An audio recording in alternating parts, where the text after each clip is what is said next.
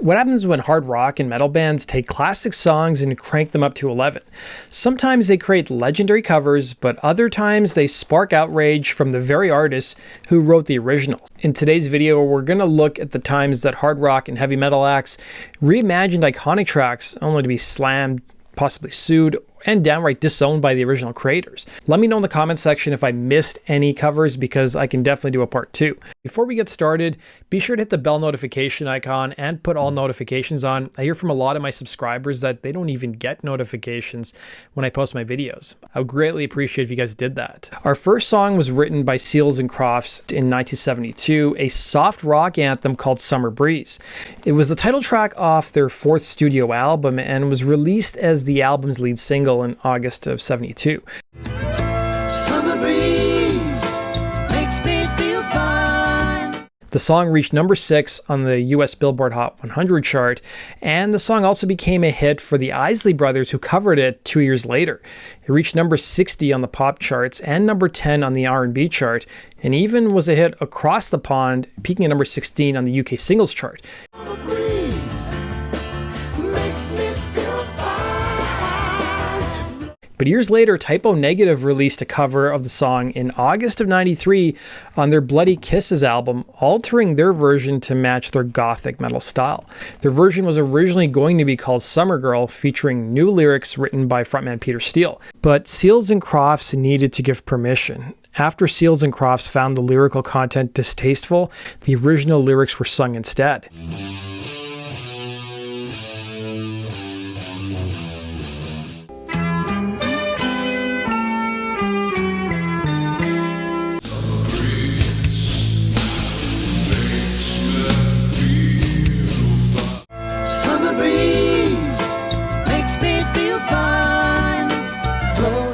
The unreleased Summer Girl version did circulate, though, only as a rare promotional item, and it never saw a commercial release due to the original songwriter's objections. You can listen to it on YouTube. George Michael's song Faith was released via Columbia Records as the second single from his 1987 debut solo album of the same name. It went to number 1 on the Billboard Hot 100 chart for 4 weeks, and according to Billboard magazine, it was the number 1 single of the year in the United States in 1988. The song also reached number 1 in Australia as well as Canada, and number 2 on the UK singles chart. In 2001, it even placed at number 322 on the Songs of the Century list. So people were a little surprised when almost a decade later, Limp Bizkit covered the song for their 1997 debut record, $3 Bill Y'all. It would be nice if I could touch your body. I know not everybody. Guess it would be nice if I could touch your body. I know not. Limp Bizkit had long played the song in their live shows, helping draw attention to the band. Despite the song being popular in the group's setlist, producer Ross Robinson, who worked on Limp Bizkit's first record, was against the idea of including it on the album. But the final recording, which incorporated heavier guitar playing and drumming as well as DJ scratching, impressed the producer. Durst recalled, "I love George Michael and decided to cover Faith for fun. We like to really do aggressive versions of cheesy pop hits. I didn't expect him to get busted in that bathroom, but his misfortune actually helped us. We couldn't ask for more of a buzz." Durst was referencing Michael's 1998 arrest for disorderly conduct at a park restroom in Beverly Hills, California, after an undercover officer observed him performing a lewd act. Limp Bizkit's cover ended up peaking at number 28 and 33 on the alternative airplay and mainstream rock tracks chart. And I know all the games you play, 'cause I play them too. Oh, hide away. And I know all the games you play, because I play them too. Limp Bizkit guitarist Wes Borland stated in an interview that George Michael hated Limp Bizkit's cover, adding, "and he hates us for doing it." But Fred Durst sang a different tune, telling Louder Sound at the time that he had heard that Michael loved the song, but it may have been tongue-in-cheek.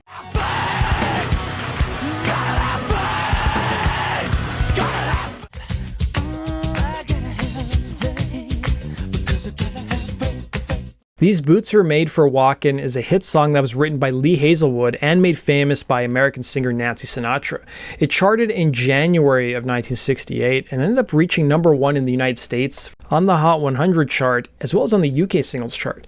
Subsequently, many cover versions of the song have been released over the years in a variety of styles: metal, pop, rock, punk, country, dance, and industrial. Among the more notable versions was released by Megadeth, who covered the song on their 1985 debut Killing Is My Business and Business Is Good.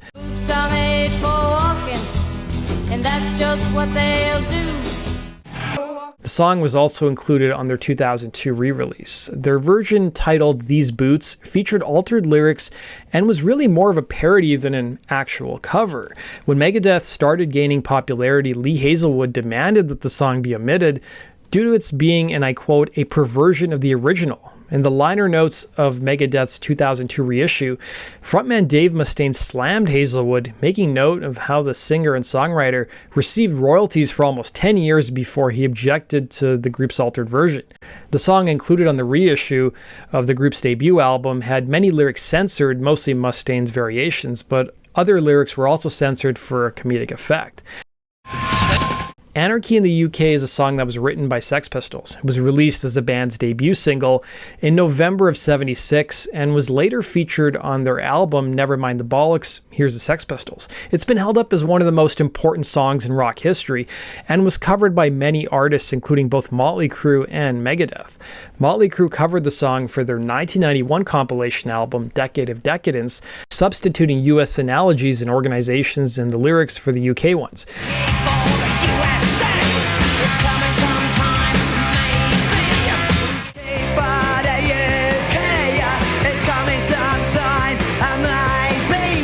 It was also the last song that featured lead singer Vince Neil until 1997's Generation Swine. As you may remember, he was replaced by John Corabi in the mid-90s. Motley Crue's cover baffled Johnny Rotten, who mocked it as, and I quote, hilariously missing the point, but he did enjoy the royalty checks, adding, they just couldn't get it right. It's like watching your kid fail a math test repeatedly. Motley Crue's version was hilarious. Now, there's a band that sold millions and millions of records, and they just couldn't get it right. I rang up Vince Neil and said, thanks, you're making me loads of money in the easiest possible way.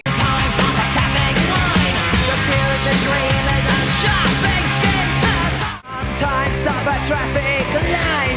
Your future dream is a shopping. Megadeth also cut a version of their song for their third album, So Far, So Good, So What, which came out in 1988.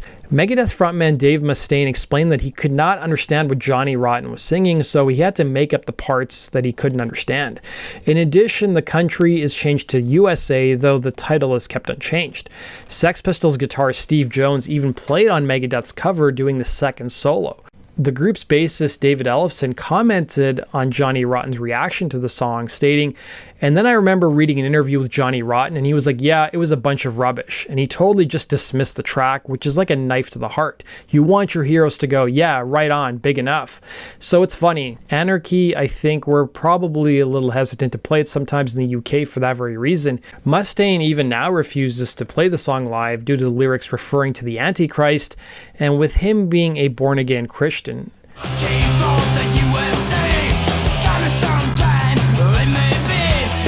Circling back to Limp Bizkit, I recently did a video on Limp Bizkit's fourth album, Results May Vary, and on that album was a cover of The Who's song Behind Blue Eyes. While Limp Bizkit's cover seemed to be universally panned, it was still a big hit, peaking at number 71 on the Hot 100 chart in the States, and it was also a hit in other countries as well.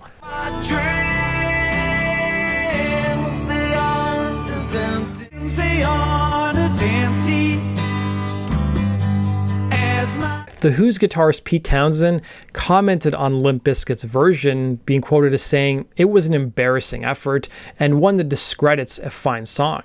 He likened the violent reaction he had to hearing it to the time, and I quote, I clubbed hippie activist and Woodstock stage invader Abby Hoffman.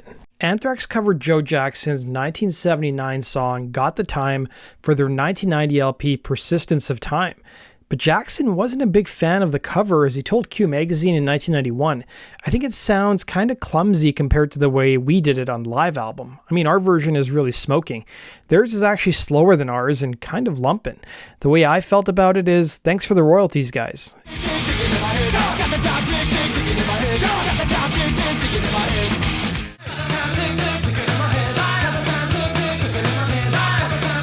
The hard rock band Van Halen released a cover of You Really Got Me on their 1978 self-titled debut album. It was the group's first single, and it was a popular radio hit that helped jumpstart the group's career. Ironically, it had the same impact that it had on the Kinks' career 14 years earlier. But the Kinks singer Ray Davies was not very impressed with Van Halen's flashy version. He recalled, "It was very middle America," as he told Classic Rock in 2010. "It was like, hey man, look at me with my tight trousers. Here's our version of You Really Got Me."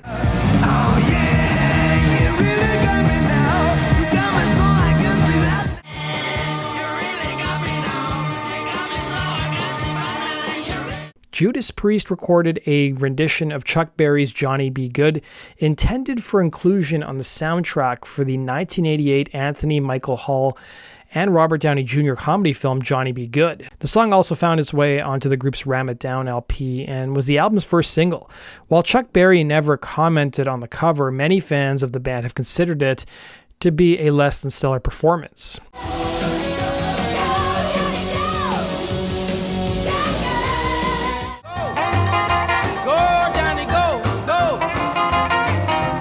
A few years prior, the band had been offered the chance to have a song in an up-and-coming movie called Top Gun. The movie studio wanted the song Reckless, which was found on the group's 1986 album Turbo. But Halford recalled in his 2020 memoir, Confess, it would have meant leaving the track off the album, which we didn't want to do, and we didn't think the film sounded like it would be very good, so we turned them down. Good move, huh? Former guitarist KK Downing later reflected that Top Gun could have helped popularize their song Reckless, stating to Classic Rock, "It would have been all over the radio, I suppose, if it was in the movie. We thought Turbo Lover and Locked In were going to do it for us, but they didn't. The tour was very successful, the album was successful, but it wasn't the big selling album that we hoped for. The Johnny B. Good movie would end up being panned by critics and made a paltry $17 million in the domestic box office, while Top Gun earned $180 million. Judas Priest's Johnny B. Good cover, meanwhile, peaked at number 47 on the Billboard Mainstream Rock Tracks chart. Knocking on Heaven's Door was written by singer-songwriter Bob Dylan for the soundtrack for the 1973 film Pat Garrett and the Billy Kid. It was issued as a single 2 months after the film's release, and it ended up becoming a worldwide hit, reaching top 10 in several countries. The song became one of Dylan's most popular and most covered tunes. Guns N' Roses actually started covering the song as far back as 1987, and a live version was actually released on the 12-inch single of Welcome to the Jungle the same year. They recorded and released a studio version in 1990 to the soundtrack for the film Days of Thunder starring Tom Cruise. That single reached number 18 on the US Billboard Album Rock Tracks chart, and it went to number 56 in Canada. They recorded a slightly modified version of the song for their 1991 album Use Your Illusion 2. It was released as a second single from that album, reaching number 2 on the UK singles chart, and it also charted in New Zealand. Elsewhere, the single topped the charts in Portugal, Belgium, and the Netherlands. The band even performed the song at the Freddie Mercury tribute concert in 1992. They also used the live version as a B-side for the single release. Dylan had this to say about Guns N' Roses' version, stating, "Guns N' Roses are okay, Slash is okay, but there's something about their version of the song that reminds me of the movie Invasion of the Body Snatchers. I always wonder who's been transformed into some sort of a clone and who stayed true to himself, and I never seem to have an answer." Slash even ended up performing with Bob Dylan on his 1990 album Under the Red Sky on the song Wiggle Wiggle, and it was a pretty odd story. Here's what he had to say about it. I remember it was summer and it was 100 degrees in the shade when I got to the session, and I was introduced to Bob, and Bob was wearing this, you know, one of those old surfer sweaters with the 2 strings and the hoodie and like the stitched stripes down the sides, black leather gloves, and he had a hat on with the hoodie over that and shades. And I was like, that's cool. You know, and so, you know, the song was a real basic song, and I actually, you know, I put an acoustic rhythm guitar track on, and then put what I thought was one of my better one-off solos on there, and you know, George Harrison was there, and I watched him do his slide session. And Kim Basinger was there for what reason I don't know, but that's how she and I first met. And so Don had the tape messengered over a couple days later, and so then here comes the solo section, and it just acoustic, and then a pointless acoustic section, and then the song kicked back in, and I called Don, what happened to the guitar solo? He goes, well, Bob thought it sounded too much like Guns N' Roses. That does it for today's video, guys. Thanks for watching, and we'll see you again in Rock and Roll True Story sticker.